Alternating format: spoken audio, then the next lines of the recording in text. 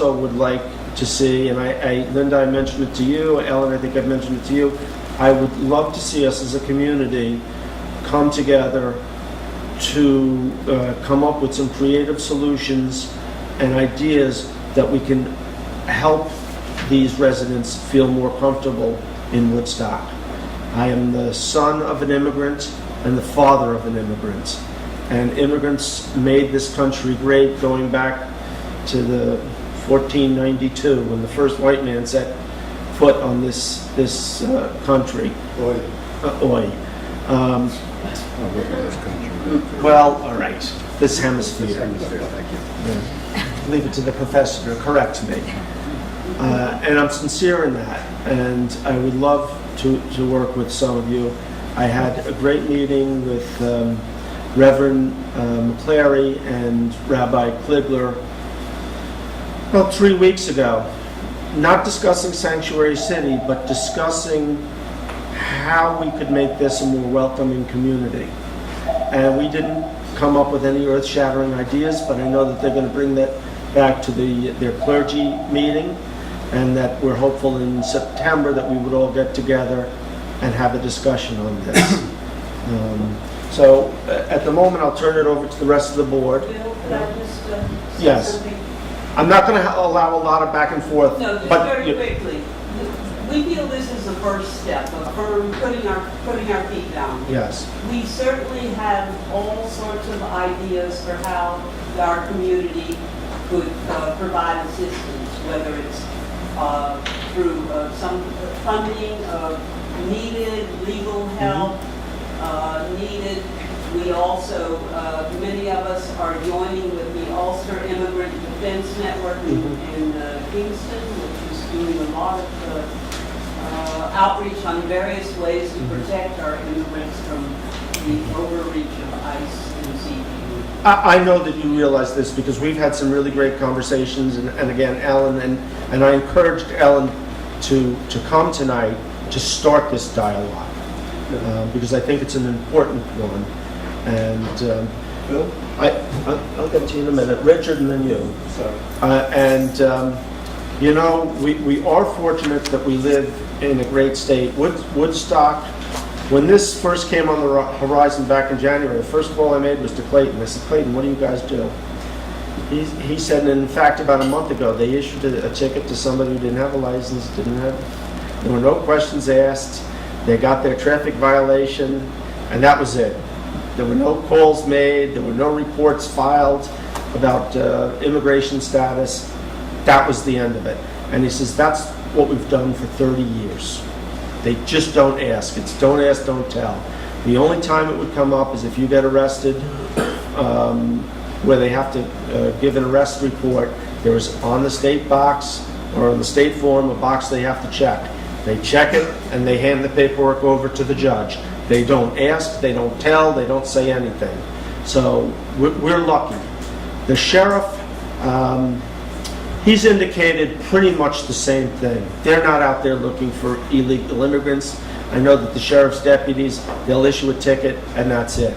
And the state police are no different. I had a conversation with a good friend of mine, and this is going back a while, probably in February. They were doing, the state police were doing speed control on a major state highway. There was construction going on. And at some point, a landscaping truck and trailer go flying by, and they get pulled over. And they were on the side of the road for some time. Within 10 or 15 minutes, there were calls up to Albany. Why are the state police harassing immigrant landscapers? And it turned out this call went back to the commander of the troop, and he looked into it. Turns out that the guy driving the truck was probably an Irishman or an Italian. His brother was a state trooper, and they were talking about who they knew. It was a social visit. No immigrants. So, you know, we have a governor who's in no great hurry to help the guy down in Washington. And I will add, and I've never been very nationally political up at this table, we do have a mess down there. There's no doubt about it. And it is disconcerting. I go home every night and I start to watch the news and I have to turn it off. So I think we're all in the same boat. We're all allies, even if we differ on how to achieve the goal, or how to get to the goal. I think we all have the same goal, which is to make all our residents feel as safe as possible. So with that, Richard, you had your hand up, and then Jay. Yeah, before I will speak, I know there are probably people sitting here who have their own concerns and they may agree or disagree. I think I'd like to hear if there's anyone out there who wants to say something that's not... You know, we went through the whole thing, though. Let's go around, and then if anybody else wants to Well, talk. I don't mean people in the presentation, I mean other people sitting in the audience who might... Well, I open it up to everybody. We'll go up to the table. It's up here now, and we'll go back. Okay. We will go back. This is not going to be... And I'll take a turn when it's my turn. Okay, I'll take yeah. a turn, too. So, everybody's... But Richard had his hand up, and... Can I go now? Yes, Oh, okay. go. Yeah, I'm sitting here listening to you, and thank you, by the way. It was a marvelous presentation, professional. You know, when you see things on the agenda like this, sometimes at Woodstock you get a little nervous. But that's history. But I'm sitting here listening to this, and it's frankly rather sad. It's been stated we're a nation of immigrants. My great-grandparents are immigrants. And we have to go through this. Frankly, I think every town and city in this country should be a sanctuary city. Yes. I don't say that, and I don't mean that in just as a way to give the finger to somebody in Washington, or as Bill said, that person in the White House, or whatever you said. And we can make Woodstock a sanctuary city. But I got to kind of dovetail a little bit with Bill here. What do we do then? Because there's going to be people who aren't happy about this in our community. How do we start bringing these people together? How do we, start to eliminate the fear that everybody spoke to? How do we get the other side to appreciate those that are here in Woodstock that they may think are, quote, different? How do we move forward after we do that? A piece of legislation or a resolution, and that's fine. But where do we go from? I don't want to see us 2 months from now just talking about budgets. You know, how many police cars we're buying or something like that. What do we do to keep going forward? So that, that's my commitment, and I'm glad to help and work on that and do whatever we can. But I think, knowing Woodstockers, I think we can come up with something pretty special and pretty unique. Thank you. Thank you. You know, By the way, I just want to say my son's writing is getting better. it is. I would just say that probably 3 or 4 years ago, to see this on the agenda would have scared the hell out of me too. But I've had such wonderful conversations with a group of people over the last 6 months, and it's really been nice. I mean, they're courteous, polite. There's never any yelling. I mean, I think by and large, there's a lot of agreement. There's far more agreement than disagreement. And we'll just have to figure out how to get to that goal and help. We do have about 500 signatures already from town people, and we have 50 business proprietors who want us to move along in this effort. All right, July. Jay, you're up. Yes, thank you. It wasn't very long ago when this board unanimously decided that to forbid the Woodstock Police Department from having armored and armor weapons and vehicles in this town. And there has never been any complaint at all from the Woodstock Police. As an alternative to your suggestion, Bill, I think that what we ought to do tonight is to vote on the concept, on the reality, on the idea, with the proviso that if the vote fails, then we set up a committee as you suggested. I wouldn't be in favor of that, Jay. I think we need to take more steps, and we need to have a clear direction of what are we voting on. on the concept of establishing Woodstock as a sanctuary town. But again, I'm not comfortable with calling us a sanctuary town because the reality is there's no such thing as a sanctuary town. Well, we can call it whatever you'd like. That's why I'd like to take the time to look at New Paltz, and I see you back there, Karen, I'll get to you in a minute. I'd like to see what New Paltz, take our time and see what New Paltz came up with and some of those other resolutions. Because again, I think we would be failing miserably if we were to turn around and say, we're a sanctuary town. What does that mean? I can't keep this. What it can mean is That we have good thoughts. I want more than good thoughts. Yes, I do too. And if there are any subsequent... We'll go back to the audience. We're just going to finish up here and then I'll come back. If there are any subsequent technical problems, then there's nothing to prevent us from looking into them. Mhm. Or getting further education, knowledge, whatever. There's nothing to stop that. Jay, I feel like that's, getting rid of the ACA before you have a new medical program out there. Before we vote or write some kind of resolution, legislation, we need to get the information because we are here to help as many people as we can, but not to hurt any people in the process. And that's my concern. We have to help the immigrants, protect the immigrants, do what we want without hurting somebody because of some law we decided to say and I'm in favor, I agree with everything Ellen said and what people said, but sitting up here puts me in another position. I want to make sure we don't hurt anyone while we're helping. Yes. I keep going back to Nazi I'm sorry, Germany. I wasn't supposed to talk next. I keep going back to Nazi Germany when there were people who were hiding and supporting the Jews, and they didn't go around saying, we're sanctuary, hey Adolf, and flipping the bird. I don't want to go there. I want to do... I hear you. I'd like to respond to Kathy. And Laura's next. The issue of a sanctuary town, city, state, nation, whatever, is totally different than the issue of the ACA. No, I know that. And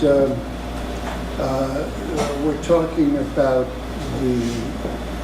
with the ACA involvement of the entire country, and with this issue of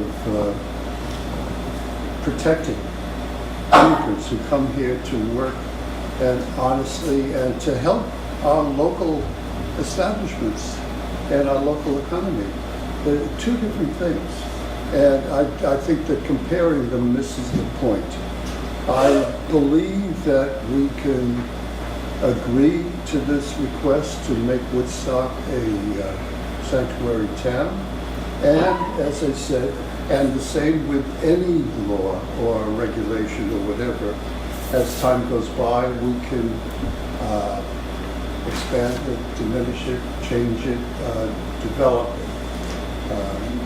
And if, as I say, if a vote tonight doesn't work, then let us do as Bill suggests and develop a committee. Laura?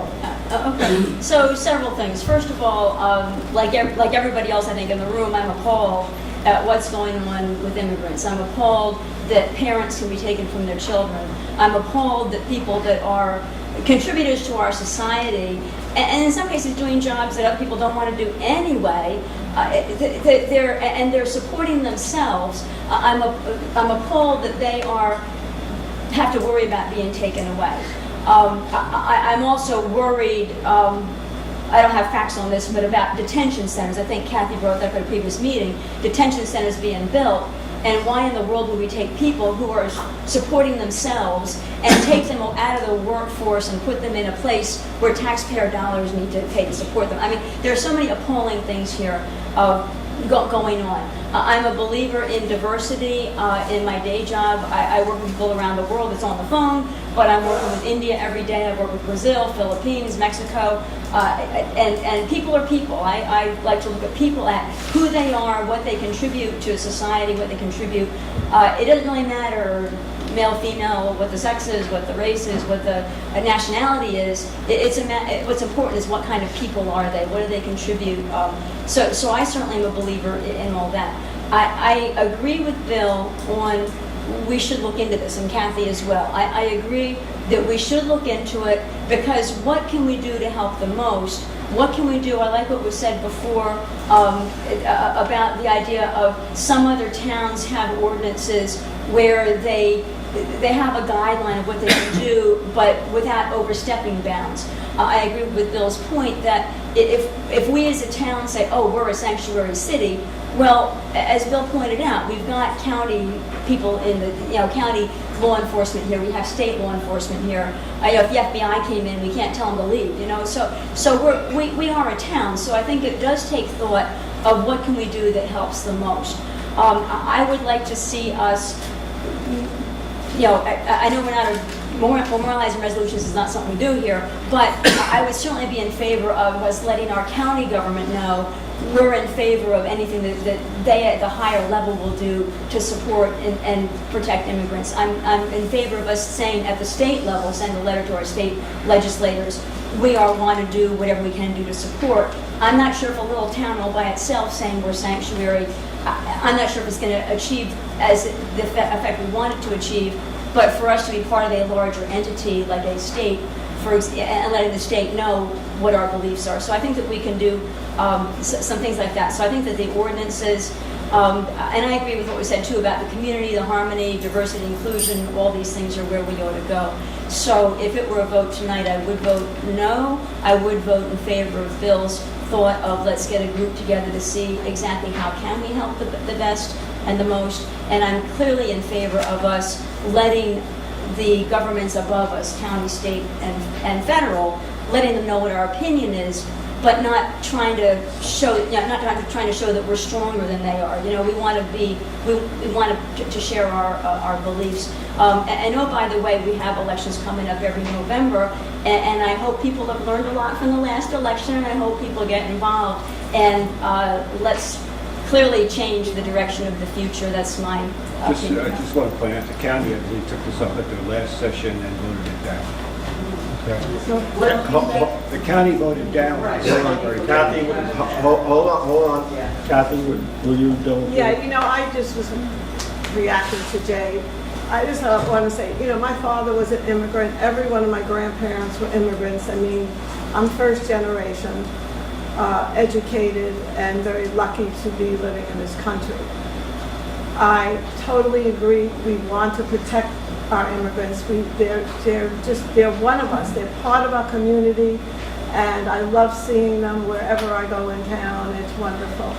I just, I want to make sure, as when I give my vote, that I'm doing the right thing for people on all sides, the people who are already legal immigrants, the people getting green cards, the people in the process of getting their green cards.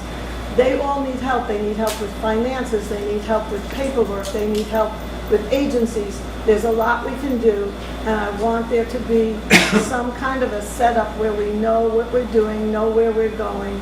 And, we are a little town, but you know what? We are a famous little town, and when we do something, people look at us. I think that's an excellent And I point. think that is important on both sides, because they will look at us and they will say, oh, Woodstock is doing this, and it could be real positive, but it also could be real negative with them saying, oh, look at this famous little town is doing, maybe we should go in there and check it out. So I want to make sure that no one is put in a position of being vulnerable because of something we do, and that's important to me. So, I totally am, as I said, I'm a first generation from my family, immigrant. First, Carrie, because she had her hand up, and then you're next. Thank you. Can I just say something? Hi, thank you. My name is Carrie Muldoon. I have been a Woodstock resident for about 27 years. And for full disclosure, I also work for the town. I just want to come at this from the point of view of somebody who has a family member who does not have status. And let me just start out by saying, I think what everybody said is terrific. I'm not against anything that was said. I just want to come at you guys with the understanding that, and my daughter's in the back, that this is not such an easy issue for people who don't have status. And many of them are afraid that if we get the focus on us, that is going to invite problems that frankly we don't have right now here. My son-in-law is from El Salvador, okay? He's been in this country for over 10 years. He pays taxes, etc., works for his own family, all of whom have varying degrees of status. Andy does not. He's in the process. It's a $10,000 process. He and my daughter are about to have a baby in January, their first baby. The last thing I want to see is something happen to this kid. I love him. He's my own child. He may as well be. But there is real concern for my daughter, who actually works in Woodstock, for my son-in-law, and for many of their family members, that because there isn't a problem here right now, because they do feel accepted here, because there aren't issues here, because there are people to reach out to here, that, we're not going to stop anybody from doing whatever their job is, as much as we disagree with it. I will say, several years ago, Andy works for his brother's restaurant up in Hudson, coming home late at night. There was a period of time when he was getting followed. And my husband at the time was a retired New York City detective, and he said, well, they're looking for a righteous stop. I spoke to Jeremy, who I worked for at the time, and Jeremy and Clayton and I had a conversation, and it wasn't one of those things like, hey, we don't want you guys doing your job. It was just, here's what's happening. And that stopped. Now, I will tell you that my son-in-law in 10 years has been pulled over for speeding probably 3 times. Not just here, twice on the thruway by state troopers. He gets a ticket, he does not go to court, he pays the fine. It's not a great situation, and I'm not saying it's a situation he should remain in, but there hasn't been an issue. There hasn't been an issue here. There is a huge concern, and I'm close with some of the folks who work at Woodstock Meats. And frankly, what I would like to see, and I'm not saying that we shouldn't end up doing Sanctuary City. I don't know. I don't know what the answer is. But my concern is that we do this, and yay, we're Sanctuary City, and then everybody walks away. I mean, really, what these folks need are things like, I was online last month helping my in-laws, his parents, renew their visa applications with the INS. I know that Bill has helped out people by helping them deal with DMV. That's the kind of stuff, and that I would be more than happy to be involved in. That's the stuff that I really want to see us do if we go this route. And the other concern I have is because we have a PD who do not harass people when it comes to their immigration status. I don't want to see those folks be put into some situation where now, the spotlight is now on them. And, oh, you guys are letting people get away with something. That's sort of a lousy position to put our police force in, who are really, frankly, cooperative. And our judges, who do get those forms with those boxes checked off that, yes, I'm not a citizen, and they do nothing about it.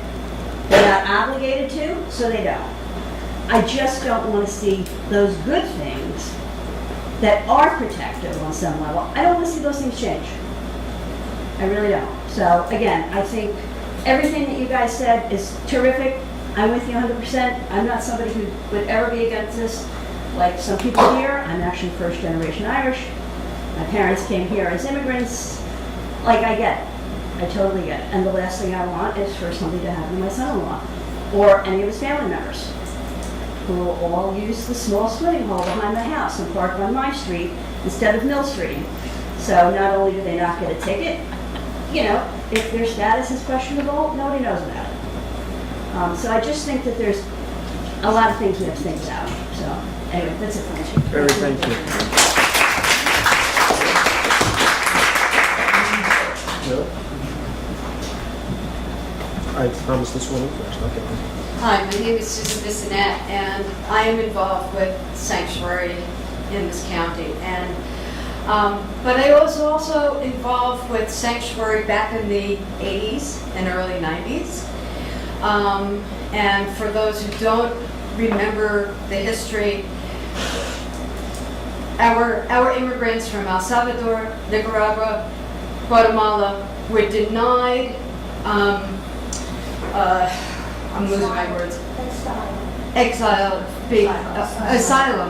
due to the fact that our government would not recognize what we were doing down in those countries. Yes. And this is a history that is ingrained in these people, the fear and so on. To gain their trust is going to take a lot. And I hear what you're all saying, and I feel somewhat ambivalent about how out we are, because the best means, I mean, the underground during Hitler's reign was effective for a lot of people. A lot of people were protected and taken care of. I think that the best way that we could be effective as a community is to be effective and active and speak their language, talk to them, be with them, find ways you can help out, get involved with Sanctuary, do what we would do as a sanctuary city. But as wherever she went to, we don't want to say we're sanctuary city and then everybody disappear. And there's nobody to help out, nobody to say, I'll take you in my home for 3 nights, we'll move you to another place for 3 nights, or whatever we have to do to keep these people safe. Give them a home, get them transportation to the doctor. To not be able to go to a doctor's appointment, not to be able to go to immigration and take care of your paperwork or whatever. They need our help desperately, and that's what we really need to do as Sanctuary City. We don't have to say it, we have to do it. We need to be active and strong, together for them and with them. And if you have friends and family who are immigrants or don't have, who are questionable status, find out how we can get involved, how they can get involved with us. How do we get a group of them together to say, hey, this is what you've got to do to be sure you're safe. If your name is Jose Gonzalez, these are the papers you need to have in your car, in your home, in your job, so that you know when you're pulled over and they say you're Jose Gonzalez, who is a drug dealer, you can say, no, this is my address, this is my job, this is my bills, this is proof of where I live and my family. So just get active. That's all I have to say.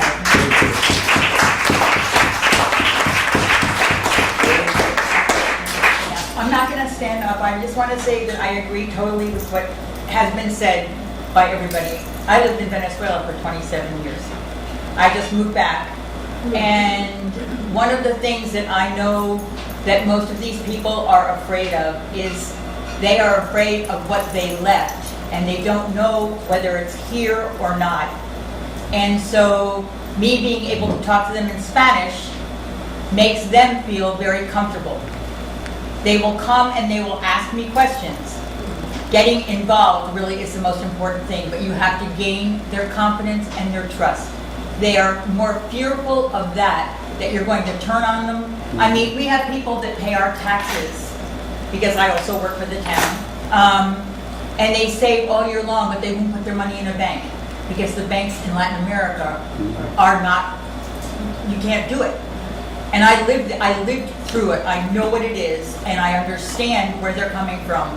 They feel very comfortable here doing what they're doing, low-key, but they would, the more that we can help them, and it's very intimidating. They don't understand government. They ran from the governments that they were living under, so they don't trust them. And so anybody that walks in and looks imposing or says to them, do you have, immediately their guard is up. And if we can get through that, That's how we can really help them.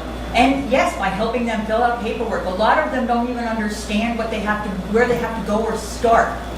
And they want to do the right thing. They just don't know how. And if we can help them know how, even communication is just so important. And these people love to talk. They're very sociable.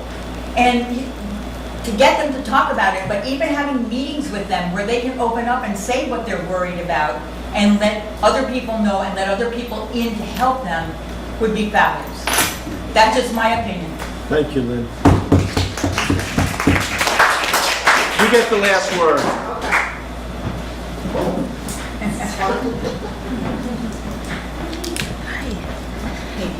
Hello, my name is Jillian Kahn. I've lived here my whole life. I'm not going to be redundant and say everything that my mom said because she sort of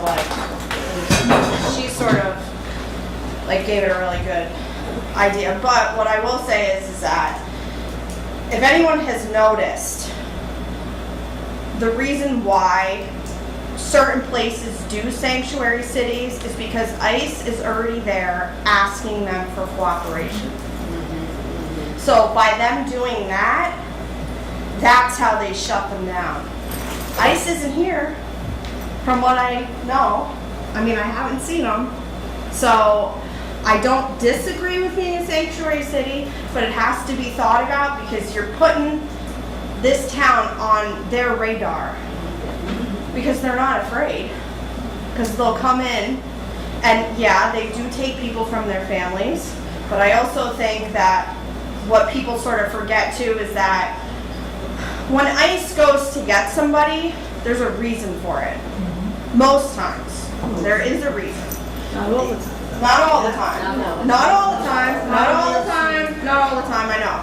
And But not always a good reason. not always a good reason. But I will give you one example, and I'm sure people saw the article.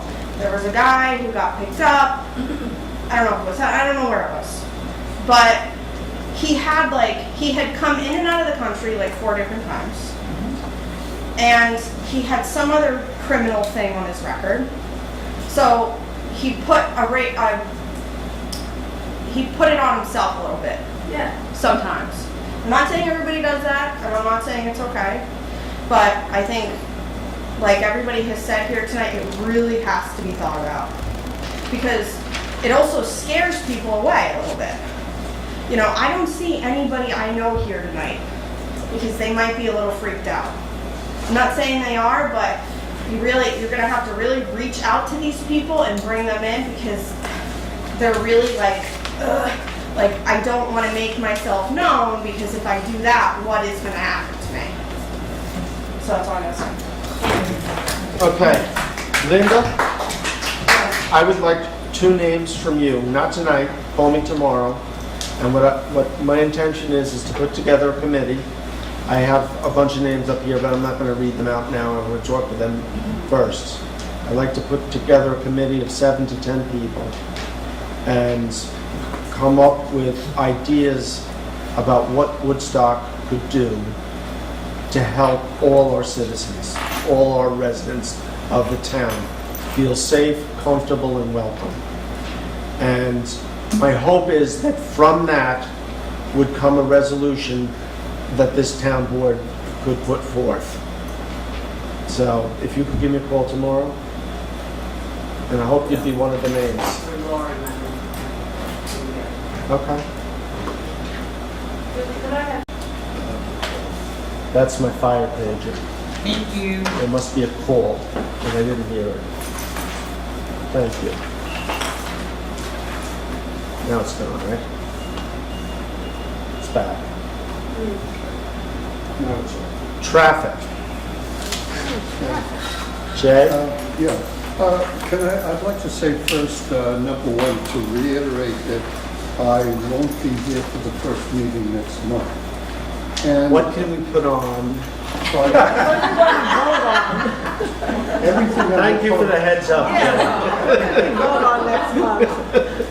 And also, last week I was asked to investigate the charges for the high-powered parking tickets that we have I've spoken to the court, but I haven't yet been able to speak to the police because the court suggested that I also speak with them.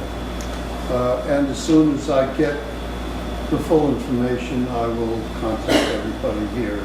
If I happen to be away, I'll email the information. Now, the traffic control.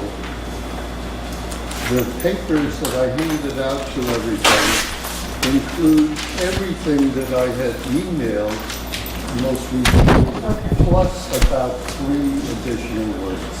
So I thought that I would print it out. Also, I'd like to say that 2 citizens of the town, Jim Doherty and Howard Harris, both had read the article in the Woodstock Times this week, and both of them submitted information to me about relevant information about it. So I'd like to read through this, the plan to resolve Woodstock's traffic nightmare for the town board's resolution. Oh, also let me say up front that after I completed this document, I brought a copy to the chief of police and left it on his desk. He was not there. I have not yet received any information from him. But this is basically what you emailed, because I did read your Yes, email. yeah, as I said, Few little plus things at the maybe 3 or 4 words that weren't in the email. Okay. Okay, number 1, the purpose of the required notifications following is to put the Woodstock police on notice that they or a properly trained civilian or civilians will be available when necessary to be on duty whenever and wherever the need occurs. 2, parking spaces along the sidewalk where eastbound buses park to pick up and discharge passengers will be kept clear of all other vehicles within 45 minutes prior to buses arriving. This will require the bus companies to call and notify the police, Woodstock police, of this beforehand, and not simply to send a printed schedule. In addition, whenever 2 buses will appear at the same time, 45-minute notification of that specific situation is required. Whenever westbound buses are to arrive, the same 45-minute advance announcement is required. Again, these notifications must be announced to the Woodstock police by bus company phone calls, not by sending printed schedules. Penalties for failure to cooperate will be established. The possible relocation of bus stops in Woodstock, both east and westbound, should be considered. 3, whenever box trucks or tractor trailers, as opposed to standard 5 or 6 foot pickup trucks, are to make deliveries or pickups from commercial establishments or to private residents, those stores or homes are required to notify the Woodstock police at least 45 minutes prior to the arrival of those vehicles. In the event that deliveries or pickups are not able to be closely predicted, the responsible person will inform the police as soon as possible.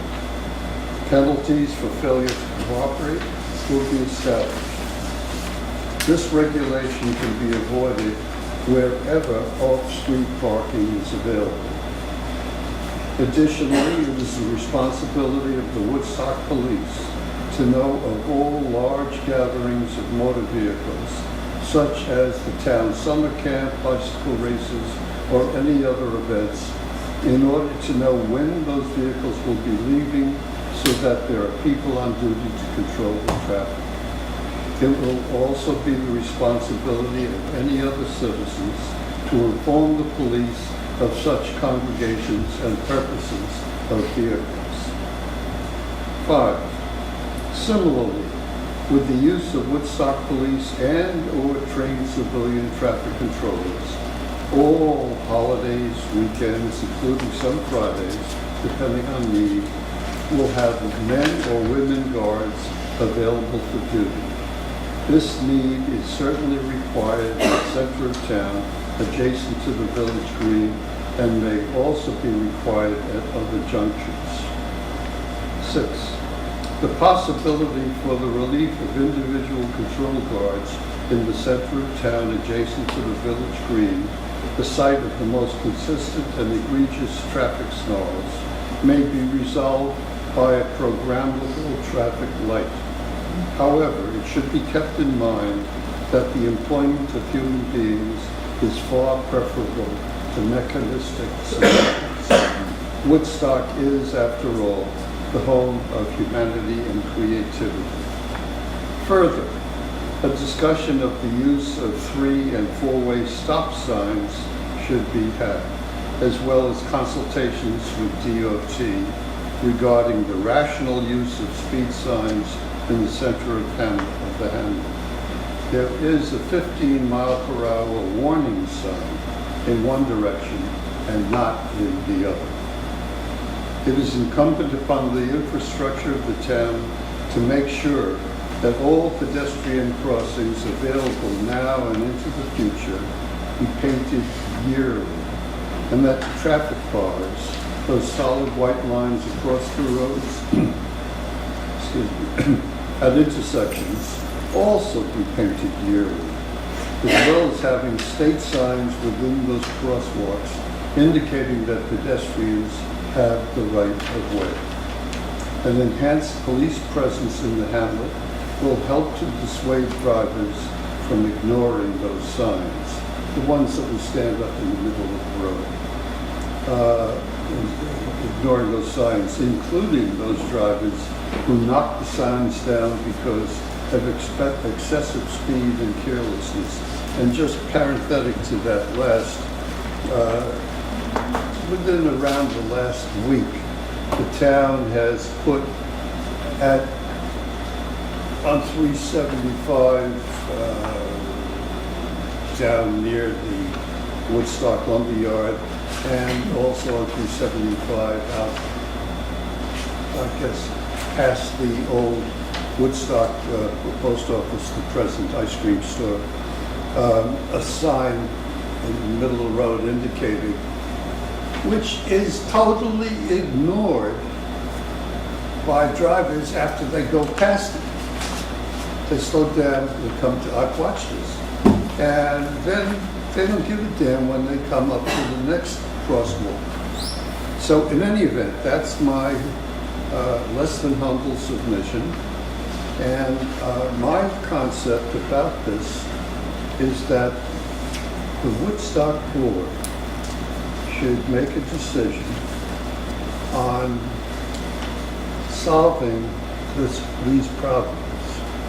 And then we will go to the chief of police and find out what is possible with the present personnel that we have. And then the Woodstock Board will decide on what more needs to be done, or people hired or whatever, in order to complete wiping the slate on these issues. There are other factors that I didn't go into tonight about this in relation to parking, very relevant, possible jitney, very relevant, other aspects of it. I was looking to focus only on the traffic conditions that are malicious and dangerous. So, Thank you, Jay. First off, I want to start by saying I want to apologize because last week I failed up here at the board.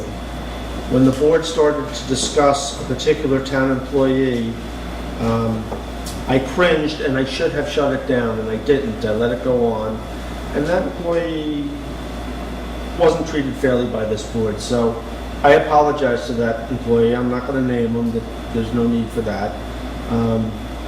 But that shouldn't happen. If we have issues with particular employees, they should be talked about away from this table. yes. So the other thing I had a discussion with Dave Corrigan at the DOT, and this was on Wednesday, and I told him that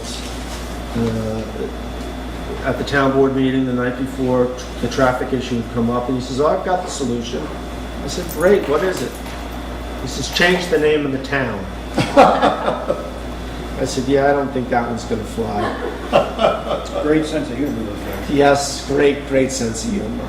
Saugerties West. He did say that, so Greg Helmshorn will be happy. I was thinking Phoenicia South. He did, go on to say that we're severely limited by the size of the roads and the number of traffic that we have coming through town.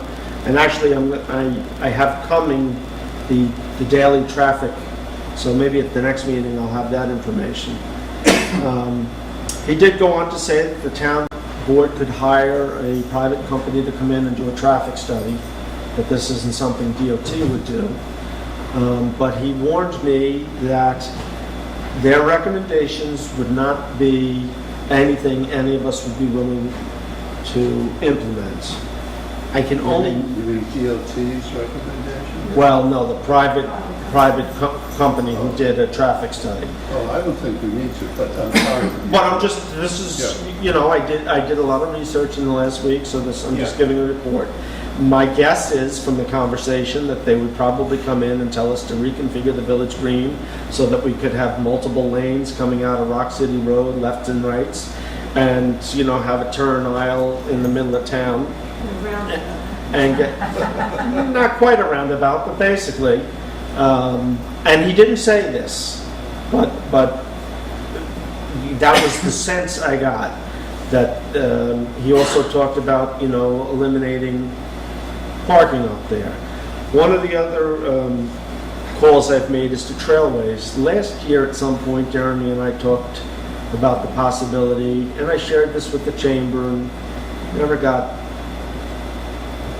an answer back one way or the other, but the possibility of moving the Trailways bus stop from the center of town I mentioned it. and pushing that down to maybe Cumberland Farms CVS area. I do have a call into Houst. At one time, and this was coming from Jeremy, but because he had had a conversation, my recollection is that they weren't terribly upset about the possibility of losing the few bus tickets they sell. So that that would really be the only downside to them, and another business, either CVS or Cumberland Farms, might be willing and happy to pick that up. Yes. So Trailways seemed somewhat interested in that whole idea. They said that it was a much straighter road, it was wider down there, we already have the UCAT bus stop there, so Is That Cumberland would Farms help. 24 hour, is Cumberland Farms 24-hour a day?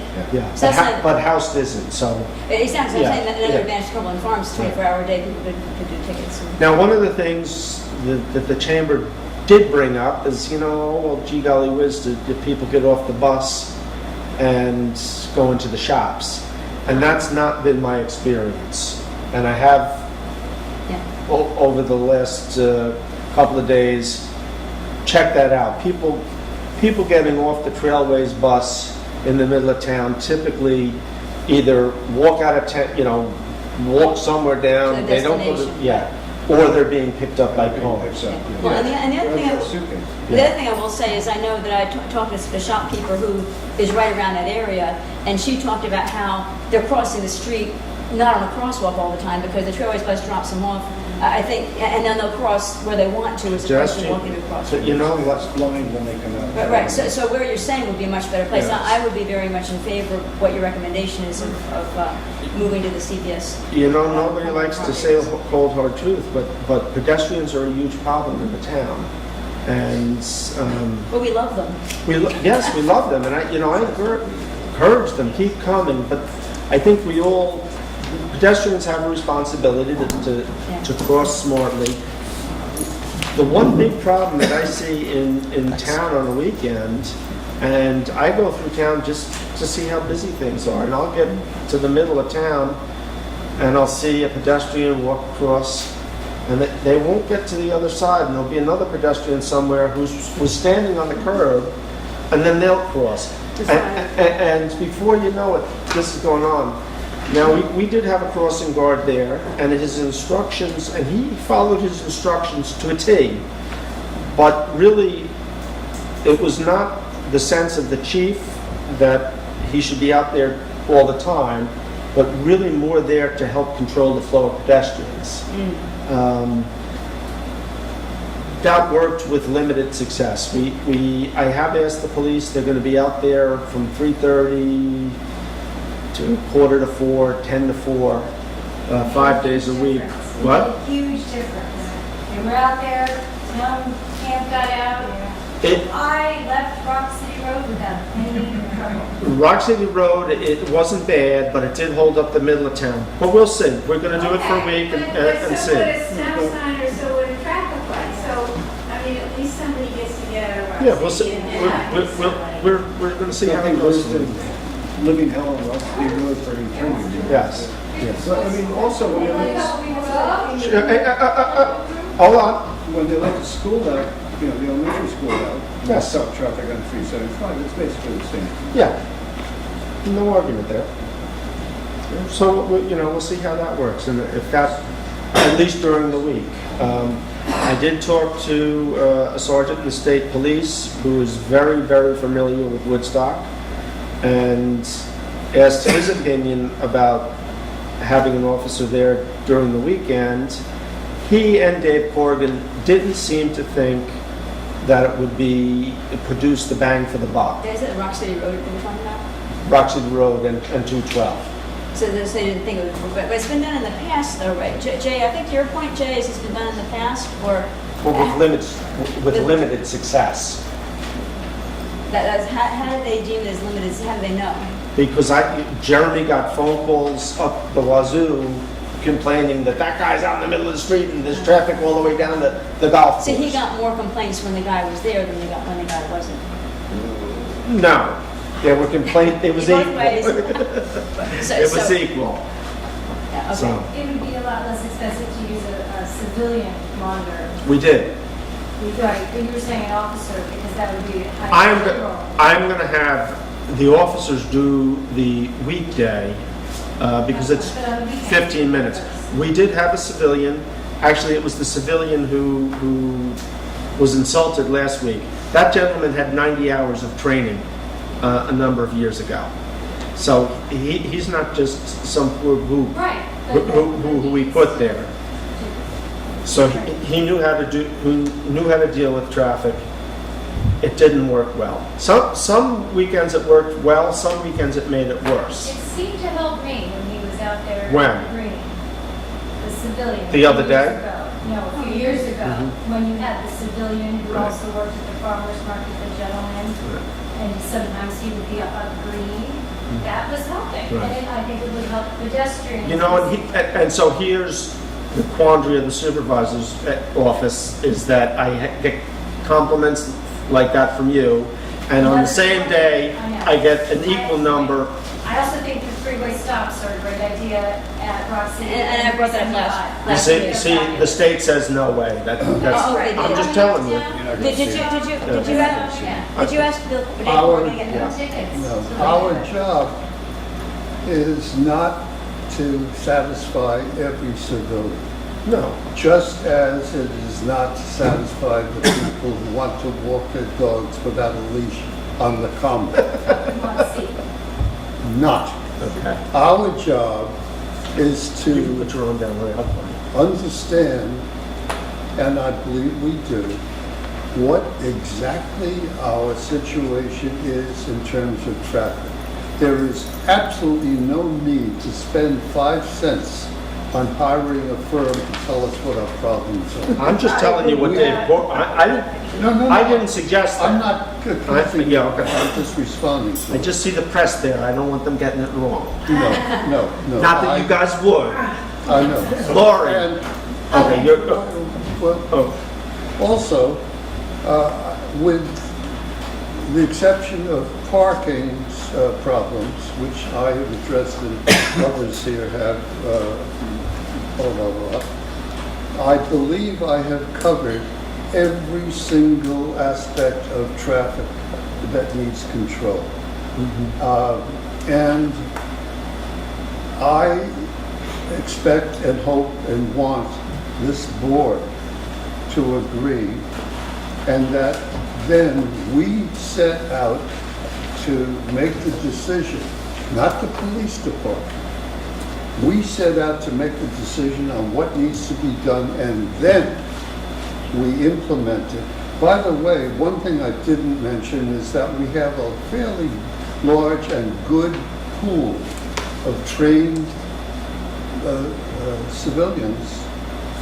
All of the people who are traffic guards for the fire department, they may be interested in working part-time, whatever. Clayton's had conversations with them. Yeah. I'm not interested in hiring more police to resolve these problems. And that's all I need to say now. But, so that's your opinion, and I'll just again, just say that I am hearing from all corners with the same conviction. The volunteers are no good, they don't know what they're doing. Then somebody else says they do a great job. And then the state troopers tell me it's not gonna amount to a hill of beans because it's just, you've got too many cars trying to come through. So again, it's trying to find a happy medium. I wouldn't I believe the police at all levels are honest, but that doesn't mean I agree with them. No, this is just their professional opinion. That does not mean... Yeah, I just wanted to say that. Lori. Thank you. I had to say I park in the community lot or behind Coldwell Banker Land out that area 7 days a week. And I'm in and out of there 4 or 5 times a day. I have to, unless I'm going to Bears till I go to Glasgow, but I make a left on Rock City Road. Many guests that have parked in the community parking lot, they just really don't know how to pull out. And when we had that wonderful fellow with the bright vest on, stopping traffic and letting 10 cars come out as if there was a red light there, it was amazing. Like when the sheriff was there for camp for 15 minutes the other day, or the policeman. So, I know people don't necessarily like to wait, but they do understand it's, stop and it's time to go. It happens at the school crossing. Yes. In every city in the country. So I kind of don't buy the fact that maybe somebody doesn't like to wait while 10 cars come out of Rock City Road. Okay, well, I can only say, again, Well, I know for every comment like that, we get one. But- And I'm not saying you're right, they're wrong, or No, vice I'm not versa. either, but, you were there, I was there the day the woman got hit in the crosswalk. I called the police first, I went running back to the office, and I stood, and I was yelling for help, for some big man to come so that I wouldn't be the only person sitting in the middle of the road, directing traffic. into Without a the- safety vest. Yeah, but I had red pants on that day, I was really lucky. Nobody hit me, but, people do, they see somebody waving their arm and stop cars, and they get it, okay, I'm supposed to go this way. Okay, you're nice to me. So, just before I forget though, that's another possibility is, we've got the town lot there, actually 2 of them, the town parking lots. Yes. One other possibility is that we could have a no left-hand turn coming out of that lot. And that would be scary because people that don't know the Where you neighborhood send it? aren't going to know where to go. Everybody's got GPS. Oh, no. Listen, I'm putting out suggestions that have come to me. So, So I had Linda, and then, I just want to know, the people that complained about the person that was up there, that was directing, that sounds kind of silly, but there's a Woodstock New Facebook, and people were complaining, but the people I saw complaining were people that were visiting here.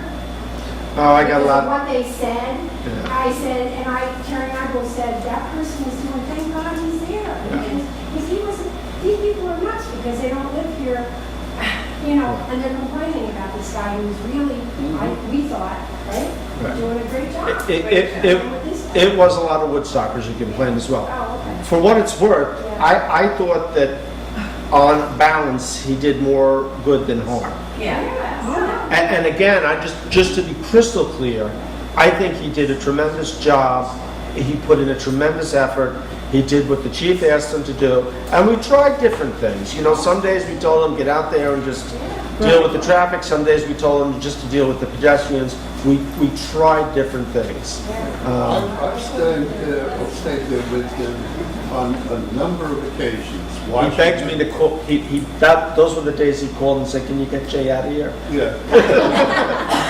And while I was standing there watching him, some people were cursing him and some people were saying thank you, and most people were just going by. Guys, man, putting his life on it, I mean, he's sitting there, there's pedestrians, there's traffic, there's, you know. Well, you know, I wouldn't want to do it. Well, hold on, before you go, let Richard, he's And I want to been go waiting. to it one point. And then Here's your history lesson. There used to be a traffic light in the center of town. Oh, where, at Before Rock World City? War II. Rock City? Right there in the center, it was Right what they in the call a center. dummy light. They put it was one of those on the ground What stations. is the center? Rock City? Rock City, Tinker Street, and Mill Hill, Okay. right in the middle there, Okay. right where the guard would stand. it was a little island. It was about 4 or Was it one 5 of feet these high. arm things? No. No, it's one of those things It was a with light in red the middle of light, it. caution light. Unfortunately, trucks and everything got bigger and bigger and bigger, and they kept Knock it running, down. knock it down, so they got rid of it. But for those that said there's never been a traffic light in the center of Woodstock, they're wrong. They're wrong. But I'm not done. Hold on. Okay. Hold on. I think, Lost. I tend to agree with Jay on one thing. I think no matter what DOT says and what the troopers say or whatever, I think the town expects us to do something. Okay? We just can't let it go on like it is. You know, come September, October, we can change things around a little bit, but I think we do need to act fairly quickly. And just for the safety of people, whether it's a civilian person or a police officer, you know, we can decide that. But I do think we need to do something. And I think the townspeople expect us to do something. They need to be able to get through their town. Okay, so I'll put this out to you guys. I'll get Clayton to put him back out there once in a while.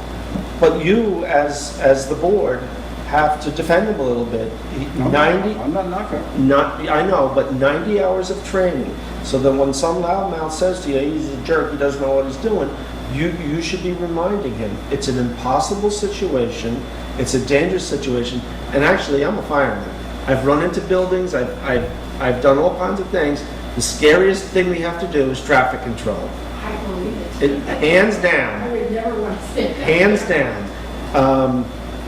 So, you know, I'll talk to Clayton about that, and we can experiment and see if it helps. Yeah, no, I'm Yeah, not saying I it's the end all, it's the answer, but I think we need to try something. But just saying, throwing up our arms and saying we can't do anything is not an answer.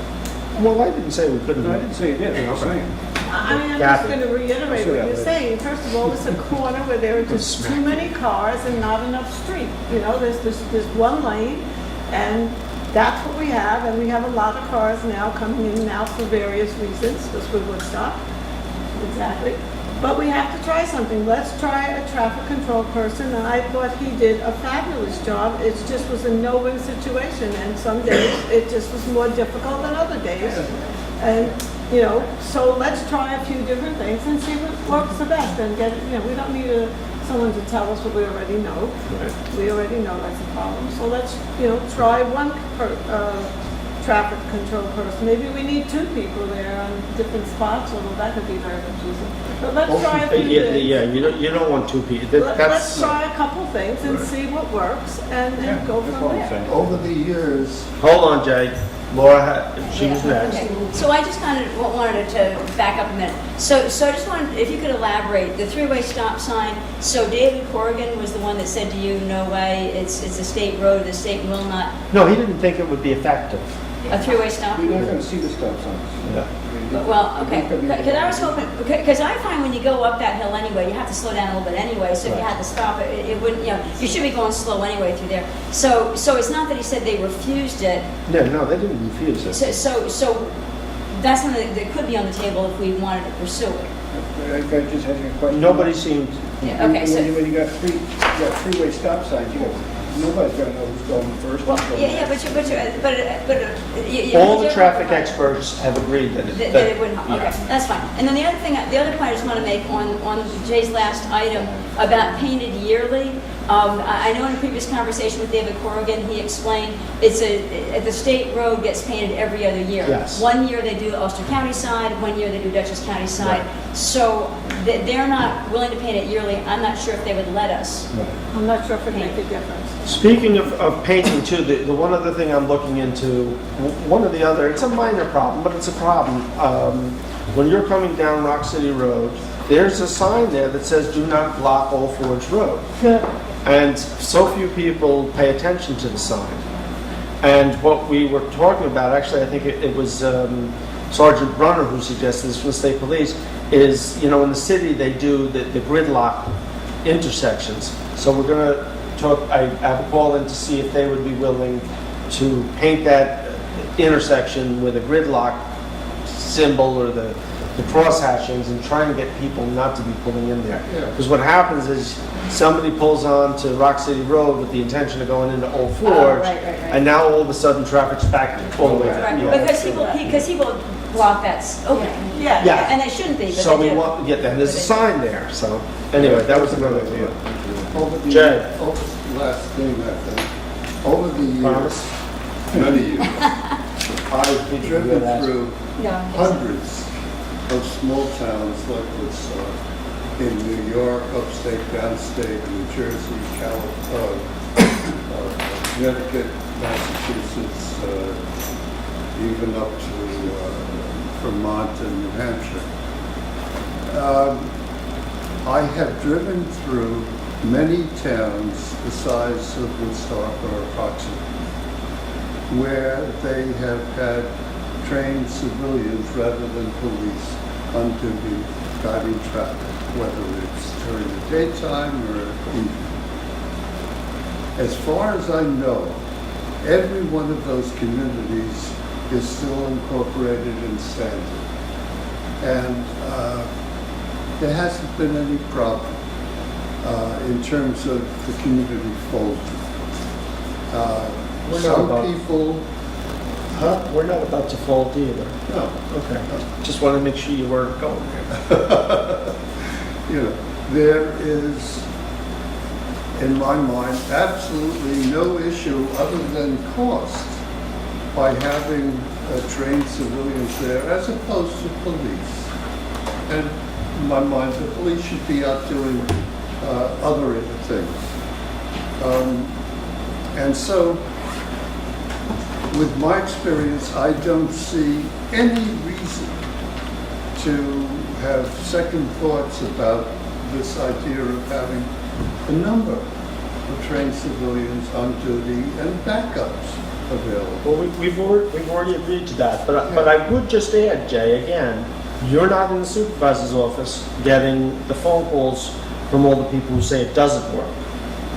Again, for every person who says it works, and I'm a supporter. I mean, we were happy to put them out there last year. Well, that's why you get the big bucks. Yeah, I'm not complaining that I'm getting the calls, but I am getting the calls, so I'm sure It's you are. input. It's input for this. And I when you understand. say there's no reason, And I'm sympathetic Yeah. to it. Like a phone rings and that, you know. well, You know. that's not what I meant. I'm just saying, when you say there's no reason not to do it, I'm telling you, the phone calls to me indicate the public doesn't feel that this is a worthy endeavor. Well, how about that public? She wants it. You want it. So, anyway. So do we make a decision? On what? On a person.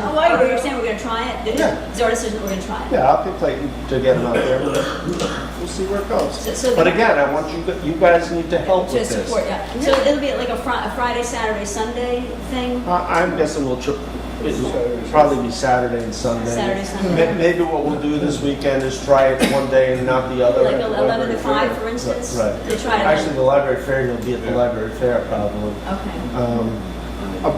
We'll mix it up a little bit and just all pay attention. Yeah. You know, the one thing I will say, and I'll probably get hell for this, I'm not a very patient person. And I make it a habit of going through town Saturday and Sunday, and I can't ever say that I've gotten that annoyed going through town. You know, it's, yeah, you gotta sit in a little bit of traffic. But I think we should all be happy that we live in such a great community that everybody wants to come visit. Right. So, with that, We also need to keep Meeting them safe adjourned. when they're visiting. yes, that's true. I second that. Good, Kathy. All in favor? Aye.